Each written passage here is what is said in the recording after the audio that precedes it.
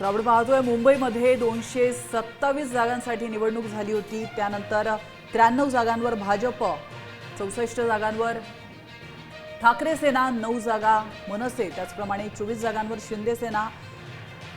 अजित पवार गटाने 2 जागांवर आघाडी घेतली आहे। मात्र शरद पवार गटाला या ठिकाणी खातंही उघडता आलेलं नाहीये। तर काँग्रेसने या ठिकाणी 13 जागांवर आघाडी घेतल्याचं पाहायला मिळतंय। भाजपला 93 जागा मिळवण्यात यश आलेलं आहे। 93 जागांवर भाजप आघाडीवर आहे।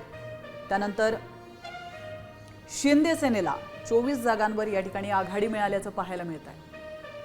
मुंबईमध्ये महानगरपालिका मतमोजणी आज होते आणि त्या पार्श्वभूमीवर काय नेमका निकाल येऊ शकतो। राष्ट्रवादी अजित पवार गटाला 2 जागांवर आघाडी मिळाली आहे, तर ठाकरे सेनेला 64 जागांवर आघाडी गाठता आली आहे। ठाकरे सेनेसोबत असलेले मनसेला मात्र 9 जागांवर आतापर्यंत तरी समाधान मानावं लागतंय। तर इकडे राष्ट्रवादी शरद पवार गटाला अजून तरी यश मिळताना पाहायला मिळत नाहीये।